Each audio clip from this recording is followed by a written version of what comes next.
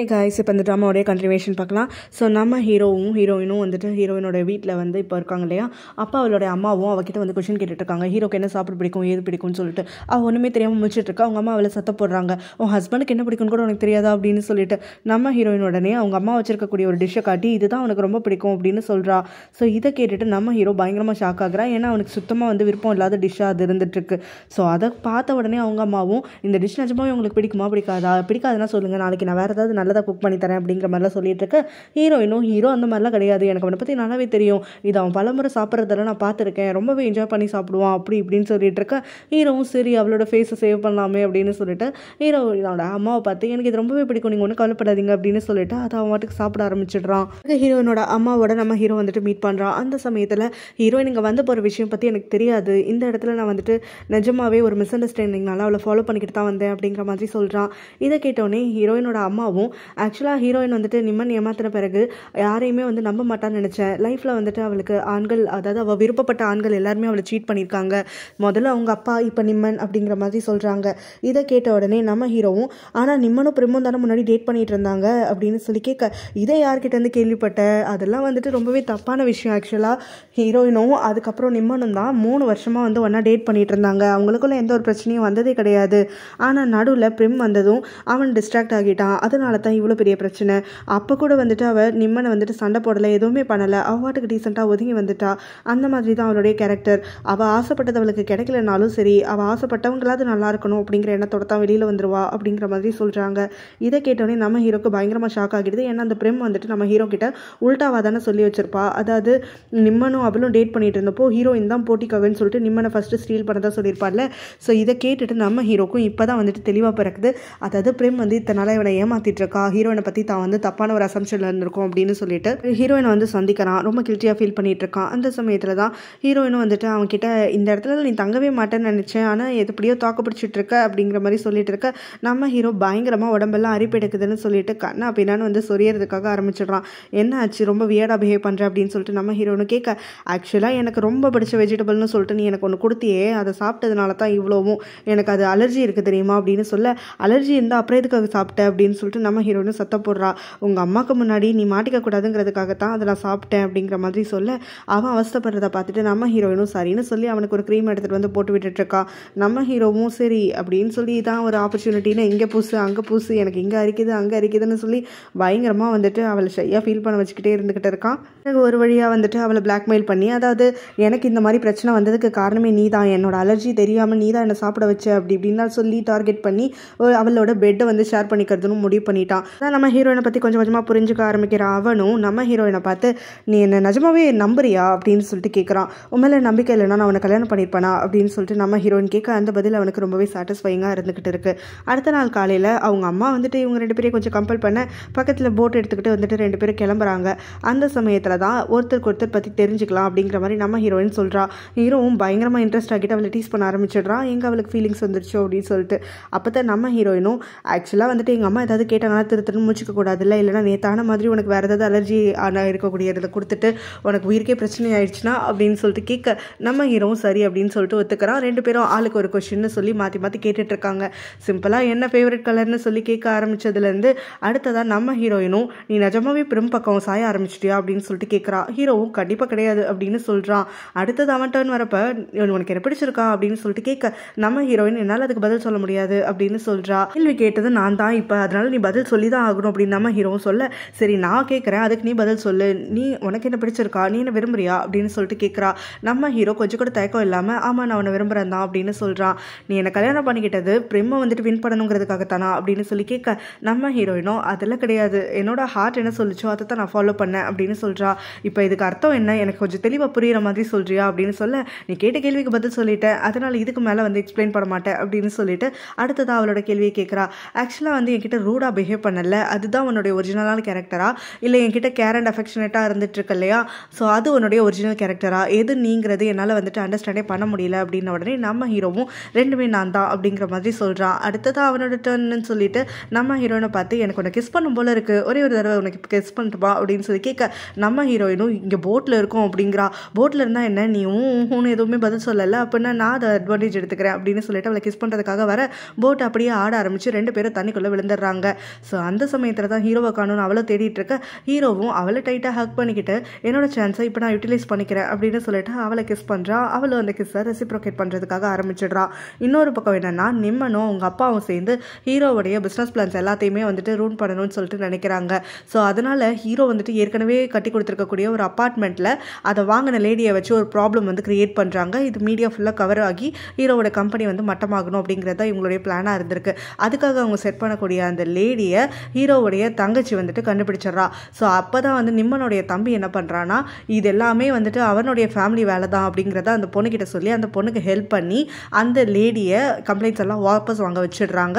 So இப்போ problem எல்லாம் solve ஆகிடுது. நிம்மனுக்கு அவன் தம்பி தான் இதில் இன்வால்வ் ஆகிருக்காங்கிற விஷயம் தெரிஞ்சுக்கிட்டு அவங்க அப்பா கிட்ட வந்து பயங்கரமாக கத்திட்டு இருக்கான். அவன் தம்பி வீட்டுக்கு வந்த உடனே அப்பாவும் நிம்மனும் சேர்ந்து அவனை பயங்கரமாக கண்டிக்கிறாங்க. ஸோ தேவையில்லாமல் எனிமி ஃபேமிலியோட போய் நீ மிங்கிள் ஆகுறியா அப்படின்னு சொல்லிட்டு கேட்டுட்டு இருக்க. அதுக்கு அவனும் நான் எனிமியோட வந்து மிங்கிள் ஆகணும், அவங்களுக்கு வந்து அட்வான்டேஜ் போகணும்னு நான் நினைக்கல.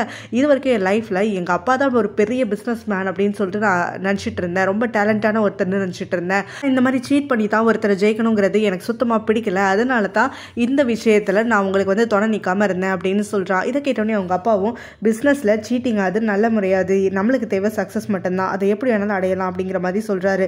சத்தியமாக வந்துட்டு என்னோட அப்பா வந்து இப்படிப்பட்ட ஒரு சீட்டர்னு தெரிஞ்சிருந்தா இத்தனை வருஷம் நான் அவருக்காக ப்ரௌடாக ஃபீல் பண்ணியிருக்க மாட்டேன் அப்படின்னு சொல்கிறான். இதை கேட்டோடனே அவங்க அப்பா கோவப்பட்டு அவனை சப்புன்னு ஒரு அறை வரைஞ்சிடுறாரு.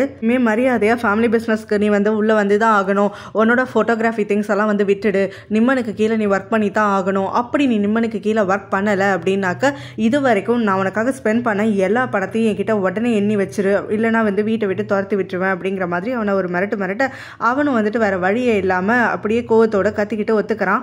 ஹீரோயினும் கிஸ் பண்ணிக்கிட்டதுக்கு அப்புறமா அவங்களுக்குள்ள வந்து பயங்கரமான டென்ஷன் வந்து போயிட்டு இருக்கு. ஸோ நம்ம ஹீரோயினும் வந்துட்டு ஹீரோவை நிஜமாவே வந்து ஃபீலிங்ஸ் இருக்கிறதுனால அவனை பற்றி யோசிச்சுட்டு இருக்கா. இன்னொரு பக்கத்தில் நம்ம ஹீரோவும் அவளை கிஸ் பண்ணதுலேருந்து என்னோட லவ்வை வந்து கண்ட்ரோலே பண்ணிக்க முடியல, என்னோட லவ் அவகிட்ட எக்ஸ்பிரஸ் பண்ணியே ஆகணும். ஆனால் அவளை எப்படி அப்ரோச் பண்ணுறது, அவளை அப்ரோச் பண்ண அவள் தப்பாக எடுத்துப்பாளா, ஆனால் வந்துட்டு அவள் எனக்கு கல்யாணம் பண்ணிக்கிட்டால, ஸோ எனக்கு எல்லா உரிமையும் இருக்கே அப்படிங்கிற மாதிரிலாம் தனக்கு தானே இன்னொரு பக்கம் பேசிட்டு இருக்கா. இவங்க ரெண்டு பேரும் வந்துட்டு ஒருத்தர் பார்த்துக்காம இருக்க முடியல அப்படின்னு சொல்லிட்டு கரெக்டாக வந்துட்டு அவங்கவுங்க ரூம்லேருந்து கிளம்புறாங்க. ஒரு பாயிண்ட்டை மீட் பண்ணிக்கிறாங்க. நம்ம ஹீரோனும் நான் எதுக்காக இங்கே வந்தேனா அப்படின்னு சொல்லிட்டு பேச ஆரம்பிக்க நம்ம ஹீரோவும் அவளை டக்குன்னு எடுத்து கிஸ் பண்ணுறா. ஸோ அந்த பயங்கரமாக வந்துட்டு ஒரு ஹாட் மேக் அவுட் செஷன்லாம் வந்து நடக்குது. அதுக்கு பிறகு அன்றைக்கி நைட்டு ரெண்டு பேரும் ஒன்றா ஸ்லீப் பண்ணவும் செஞ்சிடுறாங்க. ஸோ காலையில் எந்திரிக்கும் போது ஹீரோ வந்துட்டு அவளை பார்த்து ரசிச்சுட்டு இருக்கான். நம்ம ஹீரோனும் பயங்கரமாக வந்துட்டு எம்பரஸ்டாக ஃபீல் பண்ணிக்கிட்டே இருந்துட்டுருக்க. நம்ம ஹீரோவும் நான் அவங்ககிட்ட ஒரு உண்மையை சொல்லட்டா அப்படின்னு சொல்லிட்டு கேட்குறான். என்ன உண்மை அப்படின்ன உடனே அன்றைக்கி நம்ம கேபினில் ஒன்றா ஸ்லீப் பண்ணோன்னு சொன்னேன்ல, அது நிஜம் கிடையாது, அன்றைக்கி நம்ம ரெண்டு பேரும் ஒன்றா ஸ்லீப் பண்ணவே கிடையாது அப்படின்றான். அட பாவி, எதுக்காக அப்படி ஒரு பொய் சொன்னேன் அப்படின்னு சொல்லிட்டு நம்ம ஹீரோயின் ஒரு ஷாக்கில் கேட்க ஹீரோவும் அந்த பொய்யை சொன்னதுனால தானே என்னால் உன்னை கல்யாணம் பண்ணிக்க முடிஞ்சது, ஸோ எப்படியாவது உன்னை ரவுண்டப் பண்ணி உன்னை கல்யாணம் பண்ணிக்கிறதுக்கு ஒத்துக்க வைக்கணுங்கிறதுக்காகத்தான் அந்த பொய்யை யூஸ் பண்ணேன் அப்படிங்கிற மாதிரி சொல்ல நம்ம ஹீரோயினும் வந்துட்டு ஏற்கனவே வந்து கல்யாணம் ஆயிடுச்சு, ஸோ இவனுக்கும் வந்து ஃபீலிங்ஸ் இருக்குது அப்படிங்கிறதுனால ஓகே அப்படிங்கிற மாதிரி ஒத்துக்கிறா. அதுக்கப்புறம் நம்ம ஹீரோ இவளை கொஞ்சம் டீஸ் பண்ணி கொஞ்சம் வந்து மேக் அவுட் எல்லாம் பண்ணி கொஞ்சம் ஷையாக ஃபீல் பண்ண வச்சு பார்த்து ரசிச்சுட்டு இருக்கான். ஹீரோயினும் அதுக்கப்புறமா ஹீரோ கிட்ட ஒரு முக்கியமான விஷயம் சொல்லணும் அப்படின்னு சொல்லிட்டு கூட்டிகிட்டு வரா. என்ன அப்படின்னு உடனே உங்ககிட்ட ஒரு கேள்வி கேட்பேன், அதுக்கு மட்டும் எனக்கு பதில் சொல்லு அப்படின்ன உடனே சரி என்ன சொல்லணும் அப்படின்ன உடனே எனக்கு நிறைய பேர் வந்துட்டு என் லைஃப்பில் ஆண்கள் வந்துட்டு நான் உள்ளே விட்டவங்க எல்லாருமே என்னை ஹர்ட் மட்டும் தான் பண்ணியிருக்காங்க, ஸோ தயவு செஞ்சு என்னை வந்து சீட் பண்ணிடாத அப்படிங்கிற மாதிரி சொல்கிறா. என் லைஃப்பில் எனக்குமே வந்துட்டு நீ மட்டும்தான் வந்து ஒரு பர்சனாக இருப்ப, எனக்கான உமன்னு சொல்லிட்டு, ஸோ கண்டிப்பாக வேற ஒருத்தையை பற்றி நான் யோசிக்க கூட மாட்டேன் அப்படிங்கிற மாதிரி சொல்கிறான். இந்த விஷயத்தில் நீ என்னை நம்பலாம், மற்ற விஷயத்தில் நம்பலைனா கூட பரவாயில்ல அப்படிங்கிற மாதிரி அவளுக்கு ஒரு வாக்கு கொடுத்துட்றான். ஸோ அதுக்கப்புறமா இவங்க எல்லாரும் வந்துட்டு அவங்களுடைய வீட்டுக்கே வந்ததுக்கு பிறகு அந்த குழந்தையோட ஜாலியாக ஃபன் டைம் எல்லாம் வந்து ஸ்பெண்ட் பண்ணிட்டு இருக்காங்க. அவங்க வந்து இருக்கக்கூடிய அதே பிளேஸில் தான் அந்த பக்கமாக நிம்மன் என்ன பண்ணுறான்னா நம்ம ஹீரோ கிட்ட அசிஸ்டண்ட்டாக ஒரு பொண்ணு ஒர்க் பண்ணிட்டு இருக்கான்னு சொன்னல, அவளோட க்ளோஸாக வந்து பழகிட்டு இருக்கான்ல, நம்ம ஹீரோவுடைய பேப்பர்ஸ் எல்லாம் வந்துட்டு எப்படியாவது ஸ்டீல் பண்ணணும், ஐடியாஸ் எல்லாம் ஸ்டீல் பண்ணணும்னு சொல்லிட்டு அந்த பொண்ணு ஷாப்பிங்க்கு கூட்டிகிட்டு வந்து அவளுக்குன்னு சொல்லி பணம் ஸ்பெண்ட் பண்ணிட்டு இருக்கான். ஸோ அங்கே நம்ம ஹீரோவும் ஒன்றா க்ளோஸாக இருக்கிறத பார்த்துட்டு நிம்மனுக்கு ரொம்பவே பொறாமையாக இருந்துக்கிட்டு இருக்கு. ஸோ இருந்தாலும் வந்துட்டு அந்த சமயத்தில் அவன் வந்து இன்டரப்ட் பண்ணாமல் ஹீரோ வந்து எப்படி அடித்தா வலிக்குமோ அப்படி அடித்து ஹீரோயினை வந்து அவன்கிட்ட இருந்து பிரித்து இவன் வந்து திரும்ப தனக்கு சொந்தமானவளாக்கிக்கணும் அப்படிங்கிற மாதிரி மனசில் வந்து நினச்சிக்கிறான். ஹீரோயினும் அதுக்கு பிறகு கொஞ்சம் கொஞ்சமாக க்ளோஸ் ஆகிட்டே இருந்துட்டுருக்காங்க. நம்ம ஹீரோவும் ஒரு நாள் ஹீரோயினை பார்த்து அப்படியே கேட்குறான், உனக்கு என் மேலே ஃபீலிங்ஸ் இருக்குங்கிறத இப்போ கூட வந்து கன்ஃபஸ் பண்ண மாட்டியா, நீ என்ன லவ் பண்ணுறதானே அப்படின்னு சொல்லிட்டு கேட்குறான். நான் வந்து எப்போ உறுதியாக இருக்கணும் அப்போ தான் என்னால் வந்துட்டு அந்த வார்த்தைகளை சொல்ல முடியும், அது வரைக்கும் என்னால் வந்து சொல்ல முடியாது அப்படின்ன உடனே உனக்கு என் மேலே ஃபீலிங்ஸ் வந்து இருக்கிறது நீ டவுட் பண்ணுறியா, இல்லை நான் வந்து கரெக்டாக கரெக்டான பர்சனாக இருப்பானாங்கிற அந்த நம்பிக்கையினால நீ இந்த மாதிரி ரியாக்ட் பண்ணுறியா அப்படின்னு சொல்லிட்டு கேட்க, நிஜமாவே வந்துட்டு எனக்கு இன்னும் வந்து கான்ஃபிடென்ட்டாக இல்லை. ஸோ நான் வந்து எப்போ வந்து உன் மேலே செட்டைனாக இருக்கணும் அப்போ வந்து அந்த சமயத்தில் நான் உன்கிட்ட என்னோட லவ்வை கன்ஃபஸ் பண்ணுறேன் அப்படிங்கிற மாதிரி நம்ம ஹீரோயின் சொல்கிறா. நீ வந்து என் மேலே ஷோராக இருக்கியா அப்படின்னு சொல்லிட்டு கேட்க, நம்ம ஹீரோவும் எனக்கும் தெரியலை, ஆனால் வந்துட்டு என் லைஃப்பில் இதுக்கு முன்னாடி வந்துட்டு உனக்கு இருக்கக்கூடிய ஃபீலிங்ஸ் எந்த பொண்ணுக்கும் இருந்தது கிடையாது. எனக்கு வந்து ஃப்யூச்சரில் அந்த மாதிரி ஒரு ஃபீலிங்ஸ் வந்து வருமானம் தெரியாது. ஸோ வாய்ப்பே கிடையாதுன்னு தான் நான் சொல்லுவேன் அப்படிங்கிற மாதிரி சொல்ல, சரி என்கிட்ட ஒரே ஒரு உண்மையை மட்டும் மறக்காமல் சொல்லு, உன்னோட குழந்தைக்கு அம்மா யார், அவன் மேலே உனக்கு அந்த மாதிரி ஃபீலிங்ஸ் இல்லையா அப்படின்னு சொல்லிட்டு கேட்க, நம்ம ஹீரோவும் என் லைஃப்பில் நீ எந்த ஒரு கேள்வி கேட்டாலும் நான் உண்மையை மறக்காமல் உன்கிட்ட பதில் சொல்கிறேன், எதுனாலும் உன்கிட்ட வந்துட்டு எக்ஸ்பிரஸ் பண்ணுறேன், ஆனால் இந்த ஒரு கேள்விக்கு மட்டும் என்கிட்ட பதில் கேட்காத, குழந்தையோட அம்மாவை பற்றி மட்டும் என்கிட்ட என்றைக்குமே பேசாத, ஏன்னா என்னால் பதில் சொல்ல முடியாது அப்படின்னு சொல்கிறான். ஹீரோவும் அடுத்த நாள் ஹீரோயினா ஆஃபீஸ்லேருந்து லஞ்சுக்கு கூட்டிகிட்டு போகிறேன், அவுட்டிங் கூட்டிகிட்டு போகிறேன்னு சொல்லி அவளை கன்வின்ஸ் பண்ணிட்டு இருக்கான். ஸோ ஒரு வழியாக வந்து கன்வின்ஸ் ஆகிட்டு அவளும் ஓகே சொல்லிட்டு வந்ததுக்கு பிறகு அவங்க 2 பேரும் ஒன்றா கை கோர்த்துக்கிட்டு அங்கே இருக்கக்கூடிய நம்ம ஹீரோனோட அசிஸ்டன்ட் கிட்ட, இந்த மாதிரி நாங்கள் 2 பேரும் வந்துட்டு லஞ்சுக்கு போகிறோம், அதனால வரதுக்கு கொஞ்சம் லேட் ஆகும், ஏதாவதுனா கால் பண்ணுங்கன்னு சொல்லிட்டு கிளம்ப அங்கே இருந்து வேடிக்கை பார்க்கக்கூடிய பிரிம்முக்கு சமய வயிற்றுச்சலாக இருந்துகிட்டு இருக்கு. நம்ம ஹீரோவை எப்படியாவது வந்துட்டு கல்யாணம் பண்ணி செட்டில் ஆகணுங்கிறது தான் அவளோட பிளானாக இருந்துகிட்டு இருக்கு. ஆனால் இவங்க 2 பேரும் இப்போ க்ளோஸாக இருக்கிறத பார்க்க வந்துட்டு அவள் இன்னும் ஏதாவது பண்ணி இவங்க 2 பேரும் ரூன் பண்ணணும் அப்படின்னு சொல்லி நினச்சிக்கிட்டு இருக்கா. நம்ம ஹீரோயினை பார்க்கறதுக்காகன்னு சொல்லிட்டு நிம்மன் வந்து கொஞ்சம் ஆஃபீஸ்க்கு வரான். ஸோ ஹீரோயினும் சரிவா அப்படின்னு சொல்லி அவளோட கேபினுக்கு கூட்டிகிட்டு போக, இந்த பிரிமோ அதை ஃபோட்டோ எடுத்து நம்ம ஹீரோக்கு அனுப்பி விடுறா, அவங்களுக்குள்ள ஏதாவது நிம்மன் வச்சு பிரச்சனையை உண்டாக்கணும்னு சொல்லிட்டு. நம்ம ஹீரோவோ அதை பார்த்துட்டு நிம்மன் இவளை பார்க்க வரான்னு சொல்லிட்டு அவள் சொல்லவே இல்லை, ஆனால் வந்துட்டு 2 பேரும் ஆஃபீஸில் தான் இருக்காங்க, அப்படி என்ன பேசிக்க போகிறாங்க அப்படிங்கிற மாதிரி கொஞ்சம் யோசிச்சுட்டு இருக்கான். ஆக்சுவலாக வந்துட்டு நிம்மன் இப்போ நம்ம ஹீரோயினை பார்க்க வந்தது நிஜமாவே ஒர்க் ரிலேட்டடாக தான். அவன் இப்போ ஹீரோயின் கிட்ட என்ன சொல்லிட்டு இருக்கான்னா, புதுசாக ஒரு ப்ராஜெக்ட் வந்து பிட்டிங்காக வரப்போகுது. ஸோ அந்த ப்ராஜெக்ட் வந்துட்டு ரொம்பவே இந்த வருஷத்துலேயே வந்துட்டு பெருசானதாக இருக்க போகுது, முக்கியத்துவம் வாய்ந்ததாக இருக்க போகுது, லாபம் அதிகமாக இருக்குது, அதனால் உன்னோடைய கம்பெனியும் என்னோட கம்பெனியும் ஒன்றா சேர்ந்து நம்ம வந்து கொலாபரேட் பண்ணி ஒர்க் பண்ணலாம் அப்படிங்கிற மாதிரி சொல்கிறான். இதை கேட்டோன்னே நம்ம ஹீரோயினும், நீ சொல்கிறதெல்லாம் எனக்கு புரியுது, இதுக்கு முன்னாடி நம்ம நிறையா இதில் வந்து பிஸ்னஸ் பார்ட்னர்ஸாக இருந்திருக்கோம், ஆனால் இப்போ வந்து என்னோட ஹஸ்பண்ட் கம்பெனி இருக்கும் போது அதை விட்டுட்டு நான் உன் பக்கம் எப்படி வருவேன்னு எதிர்பார்க்குறேன் அப்படிங்கிற மாதிரி சொல்கிறா. ஸோ என்னதான் இருந்தாலும் சரி, நம்ம 2 பேரும் வந்து கொலாபரேட் பண்ணுறதா தானே முன்னாடியிலேருந்தே பிளான் அப்படின்னவும் என்னோட ஹஸ்பண்ட் வந்து இதனால் அஃபெக்ட் ஆவான், ஸோ என்னால் வந்துட்டு இந்த டெசிஷனுக்கு வர முடியாது அப்படிங்கிற மாதிரி நம்ம ஹீரோயின் சொல்கிறா.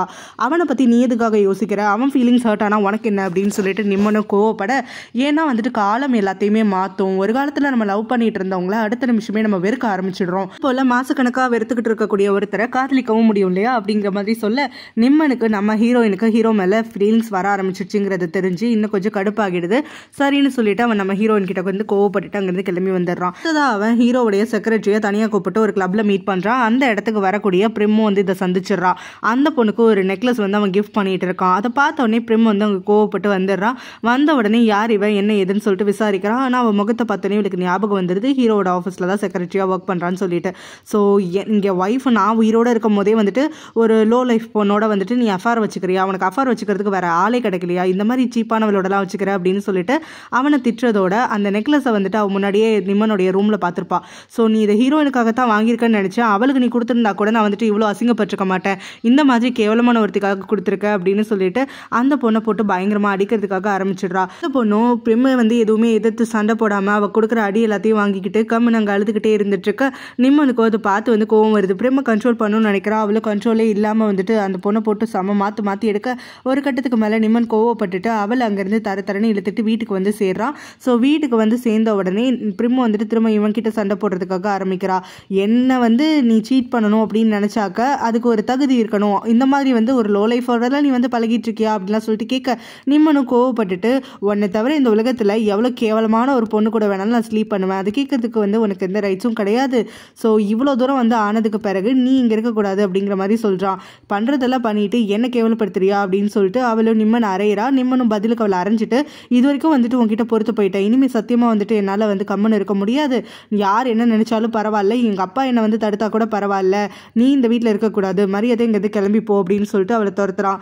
அதுக்கு அவளோ போகவே முடியாது அப்படின்னு சொல்கிறா. எனக்கு போகிறதுக்கு இடம் இல்லை அப்படின்னு சொல்லி கத்த, போகிறதுக்கு இடம் இல்லைன்னா என்ன, போ அங்கே ஹீரோயினோட வீட்டுக்கு கிளம்பி போ, அவனை தான் கல்யாணம் பண்ணணும்னு நினச்சி அவளோட ஹஸ்பண்டை செடியூஸ் பண்ணி அங்கேயே ஸ்டே பண்ணு அப்படிங்கிற மாதிரிலாம் வந்து சொல்லி கொடுக்க, இந்த ஐடியா தானே நல்லா இருக்கே அப்படின்னு சொல்லிட்டு யோசிக்கிறா. அடுத்தது அந்த பொண்ணுக்கு கால் பண்ணி அவளை சமாதானப்படுத்துகிற மாதிரி படுத்திட்டு இருக்கான். ஸோ இந்த மாதிரி பிரிம் சொன்னதெல்லாம் மனசில் வச்சுக்காத, எனக்கு அவள் மேலே கொஞ்சம் கூட வந்து காதல் எதுவுமே கிடையாது, நான் நிஜமாவே உன் கூட பழகிறதே வந்துட்டு உன் மேலே இன்ட்ரெஸ்ட் இருக்கிறதுனால தான், அது மட்டும் இல்லாமல் இப்போ நாங்கள் எடுத்துருக்க இருக்கக்கூடிய ப்ராஜெக்ட் வந்து நல்லபடியாக போச்சு அப்படின்னு சொன்னாக்க என்னால் அவளை டிவோர்ஸ் பண்ணிவிட்டு உன்னை கல்யாணம் கூட பண்ணிக்க முடியும் அப்படிங்கிற மாதிரியெல்லாம் அந்த பொண்ணுக்கிட்ட பயங்கரமாக ஆசை காட்டி அந்த பொண்ணை வந்து கிஸ் பண்ணுறதுக்காக ஆரம்பித்து அப்படி அவளோட ஸ்லீப் பண்ணவும் செய்கிறான். ஸோ அந்த பொண்ணுக்கு நிஜமாவே நிம்மன் மேலே ஃபீலிங்ஸ் இருக்கிறதுனால அவன் சொல்கிறது எல்லாத்தையுமே வந்து டவுட் பண்ணாமல் அப்படியே வந்துட்டு ஒத்துக்கிறா. தூங்கிட்டு இருக்க நம்ம ஹீரோயினுக்கு பயங்கரமாக வந்துட்டு ஒரு கெட்ட கனவு வந்துட்டு இருக்கு. பிரசன் வந்துட்டு சூசைட் பண்ணிக்கிறதா அந்த கனவுல இருக்கு. அவளோட லாஸ்ட் டைம் காலில் பேசுறதெல்லாம் வந்து அவளுக்கு டான் பண்ணுற மாதிரி ஒரு கனவு வந்துட்டு இருக்கு. ஸோ அவளை வந்து பயங்கரமாக கத்தி அள்ளறதுக்காக ஆரம்பிச்சிடுறா. பிரசன் இந்த மாதிரி பண்ணாத, நான் சொல்கிறத கொஞ்சம் கேளு, நான் வர வரைக்கும் காத்துட்டு அப்படின்னு சொல்லிட்டு அழுதுகிட்டே கத்திட்டு இருக்கவளை நம்ம ஹீரோ தட்டி எழுப்புறான். ஸோ என்ன ஆச்சு அப்படின்னு சொல்லி கேட்க அவளும் கனவுலேருந்து மீண்டு வந்துட்டு எந்த ஒரு வார்த்தையும் பேச முடியாமல் இருந்துட்டு இருக்கா. ஏதாவது கெட்ட கனவாக இருந்தால் என்கிட்ட கொஞ்சம் ஷேர் பண்ணு, என்னால் முடிஞ்ச ஹெல்ப்பை பண்ணுறேன் அப்படிங்கிற மாதிரி நம்ம ஹீரோ சொல்கிறான். ஹீரோயினா அதெல்லாம் ஒன்றும் கிடையாது, நான் தூங்கினா சரியாக போயிடுவேன் அப்படிங்கிற மாதிரி எதுவுமே சொல்லாமல் அப்படியே தூங்க போயிட நம்ம ஹீரோ திரும்ப யோசிச்சு பார்க்குறான். அதாவது ஹீரோயின் வந்துட்டு பிரசனோட பேரை தான் சொல்லி கூப்பிட்டா அப்படிங்கிறது அவனுக்கு நல்லாவே தெரிய வருது. நம்ம ஹீரோயின் கொஞ்ச நேரத்துக்கு அப்புறம் காம் ஆகிட்டு ஹீரோ கிட்ட பேசுறதுக்காக ஆரம்பிக்கிறா. அதாவது எனக்கு உங்ககிட்ட ஒரு விஷயம் சொல்லணும், இது மறைக்கணுங்கிறது என்னோட இன்டென்ஷன் கிடையாது, இப்போதான் எனக்கு வந்து உங்ககிட்ட ஷேர் பண்ணுறதுக்கு வந்து தைரியம் வந்திருக்கு அப்படின்னு சொல்லிட்டு என்னால் ஒருத்தன் இறந்து போயிருக்கான் அப்படின்னு சொல்கிறா. இதை கேட்டோடனே நம்ம ஹீரோவும் என்கிட்ட எதுவும் சொல்ல வேண்டாம், இந்த விஷயத்தை பற்றி எதுவும் பேச வேண்டாம், அப்படியே விட்டுடு அப்படிங்கிற மாதிரி சொல்கிறான். இதை கேட்டோடனே நம்ம ஹீரோயினும் இல்லை நான் சொல்லி தான் ஆகணும் அப்படின்னு சொல்லிட்டு வாய் எடுக்க வெளியில் திடீர்னு சவுண்டு கேட்குது. 2 பேரும் ஓடி வந்து பார்க்குறாங்க. பார்த்தா அங்கே வந்து பெட்டி படுக்கையெல்லாம் தூக்கிக்கிட்டு அந்த பிரிம் வந்து நின்றுட்டுருக்கான். ஸோ இந்த மாதிரி வந்துட்டு அவள் இப்போ என்ன சொல்கிறான்னா, நிம்மன் வந்து வேற ஒருத்தியோட அஃபார் வச்சுக்கிட்டு இருக்கான், அதை நான் தட்டி கேட்க போனதுனால என்னை அடித்து துரத்தி விட்டுட்டான், நான் எங்கே போகிறது ஏதுன்னு வழி தெரியாமல் வந்து நின்றுட்டுருக்கேன். இங்கே எங்கள் வீட்டுக்கு போகலன்னு பார்த்தா எங்கள் அம்மாவும் அங்கிளும் ரொம்ப ஒரீடாக இருப்பாங்க, நிம்மன் மேலே வேற நல்ல அபிப்பிராயம் வச்சுருக்காங்க, ஸோ கண்டிப்பாக நான் அங்கே போக முடியாது, அதனால தான் நான் வேறு வழியே இல்லாமல் இங்கே வந்தேன் அப்படிங்கிற மாதிரிலாம் சொல்லிட்டு இருக்க நம்ம ஹீரோவும் அவளுக்காக பாவப்படுறான். சரி பரவாயில்ல, நீ வந்துட்டு எந்த ஒரு தப்பான முடிவுக்கும் போகாமல் அட்லீஸ்ட் வந்துட்டு இங்கே வரணும்னாது யோசிச்சு வந்தியே அப்படிங்கிற மாதிரிலாம் சொல்லிட்டு இருக்க, நான் இப்போ எங்கே போகிறது என்ன பண்ணுறது, எனக்கு என்ன தான் வந்துட்டு பண்ணுறதுனே தெரியல, ஹீரோயினை நான் ஏமாத்தினேன் தான், ஆனால் அதுக்காக எனக்கு இவ்வளோ பெரிய தண்டனை தேவையா அப்படி இப்படின்னு வந்துட்டு அழுது புலம்பிட்டு இருக்க ஹீரோயினும் இப்போதைக்கு அவளை அங்கேயே தங்கிக்கட்டும் அப்படிங்கிற மாதிரி பெர்மிஷன் கொடுத்துட்றா. நம்ம ஹீரோயினை ஸ்டாப் பண்ணிட்டு உனக்கு அவளை சுத்தமாக பிடிக்காதுல்ல, எதுக்காக உனக்கு பிடிக்காத மாதிரி நடந்துக்கிற, அவளுக்கு வேற ஏதாவது அரேஞ்ச்மெண்ட் நம்ம பண்ணுவோம் அப்படின்னு சொல்ல, அதெல்லாம் வேண்டாம், எனக்கு என்னதான் அவளை பிடிக்காதுனாலும் அவ்வளோ ஃபேமிலியில் ஒருத்தியாச்சு, ஸோ என்னால் வந்துட்டு அவளை கஷ்டப்படுத்த முடியாது, அவள் கஷ்டப்படுறத பார்த்துட்டு இருக்க முடியாது, இங்கே தங்கட்டும் அப்படிங்கிற மாதிரி சொல்லிடுறா. இதோட இந்த பார்ட் முடியுது.